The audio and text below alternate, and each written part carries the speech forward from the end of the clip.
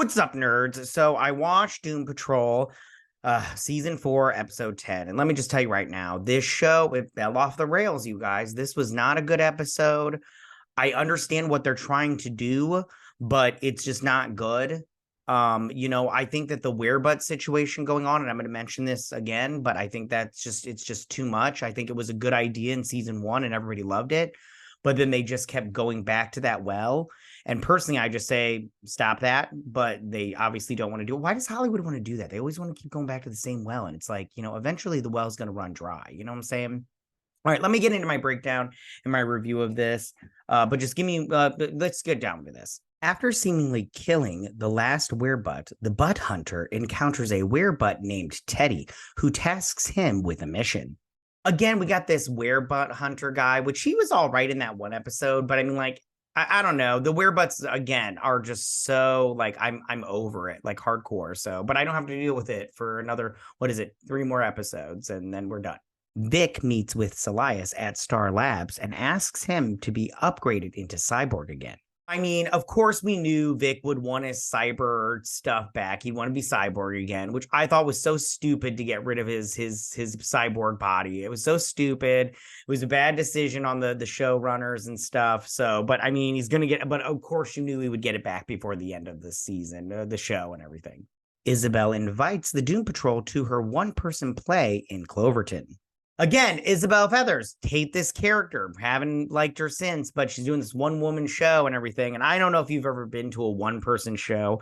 In my personal opinion, they're not very good. They're always bad. Well, the ones I've been to, I'm just like, it wasn't that great, but I'm pretty sure there's some good ones out there, but yeah. Laura learns that Isabel's source of power, the group's longevity, resides in a lump behind her neck. She proposes to the others that they should attend Isabel's play to attempt to recover their longevity, but they refuse out of fear and wish to spend the remaining time span in peace. This little tag that Isabel has is freaking gross. When they showed, I was like, ugh, that's nasty. If I was Isabel, I'd want to cut that sucker off. I did like how they kind of hooked it back to the doctor and everything, or the professor. I don't know, man. I just don't care enough, but obviously they'll cut the tag off and get their longevity back before the end of the series and everything. But yeah. Meanwhile, Dr. Yoon returns home and informs the werebutt Nicholas of Teddy's plan to start a war with humankind, while also revealing that she had been turned into a werebutt. We went back to this lady, and don't get me wrong, I didn't forget her, but at the same time, I didn't care to go back to her. But she's a werebutt, which I'm like, great, and everything. The werebutt's like, no, and everything. And then I don't remember who Teddy was, the werebutt Teddy. And then this one, I barely remembered it. But I just, again, this well is dry. Laura attends Isabel's play alone, where the latter is ridiculed by the audience, causing her to snap and make them disappear. And Isabel's one-woman show was just crap. It was so god-awful, and those people were right to criticize it. I don't think laughing in her face was the right move, even if she didn't have powers. They could have gave her some constructive criticism without being dicks about it. I would have just been like they said, I just would have been like, this wasn't very good and not ready for the public, the general public. Laura talks to Isabel and convinces her that not everyone will love her the way she wants. Isabel, however, believes that she should pursue the path of villainy and gain love through fear. I personally like when she talks about the Masters of Evil. Was that their name? I don't remember, but I liked that group. I don't think they did enough with that group in season 3. I thought that they wasted that group and the brain and everything, but bringing it back, mentioning it back here, I thought was good, but I just don't, I mean, I don't know, like, it's just stupid. So it's like, whatever, who cares? While reminiscing their past adventures, Rita realizes that Laura has gone off on her own and tells the team to help her. She then collapses and falls unconscious, leaving Larry, Jane, and Cliff to go to town to help Laura.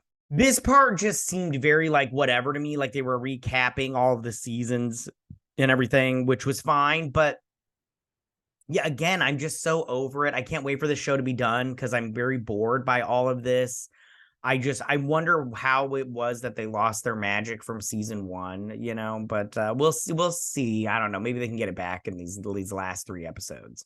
As they arrive at the theater, they are surrounded by Teddy and the Werebutt horde, but an upgraded Vic returns to assist them. Yeah, they show up to the theater and they don't even fight the Werebutts. I mean, Vic like blasting them, which was kind of cool and everything, but I mean, they upgrade. It looks like the same Cyborg from the other seasons. They just brought back those prosthetics out of storage and everything. The team runs inside the theater where Isabel sends them and Laura through a time portal. And that's the end of the episode. They get sucked into this time warp. Let's do the time warp and everything, which was fine.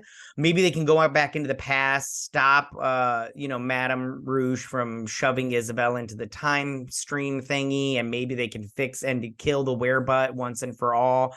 I can't remember why Cliff kept the Werebutt alive off the top of my head. I'd have to go back and watch it because it's been so long, but this episode was not that great. Again, I used to really like the show and I used to like how it leaned into its weirdness.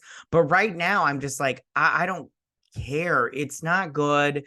They've wasted 3 episodes, in my opinion, on this back half of the season. They wasted a great opportunity by picking Isabel Feathers as their baddie and their big baddie at the end.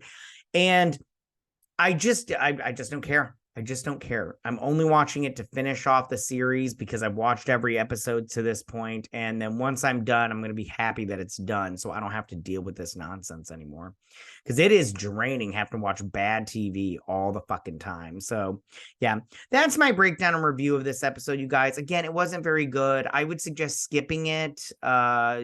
Just maybe going and watching a recap of this back half of the season. I don't know, man. I don't know. But all right, that's my breakdown review, guys. Tell me if you watched it, if you liked it. Who's your favorite Doom Patroller? It's always been Rita for me, but, I like some of the other ones too. But anyways, tell me what you guys think. Go ahead and leave all your comments in that section down below. If you like this video, go and hit that like button. I won't mind. If you're new to my channel, please hit that subscribe button. I'd greatly appreciate it. And I will see you guys on my next Doom Patrol breakdown and review. You guys have a good week. Bye.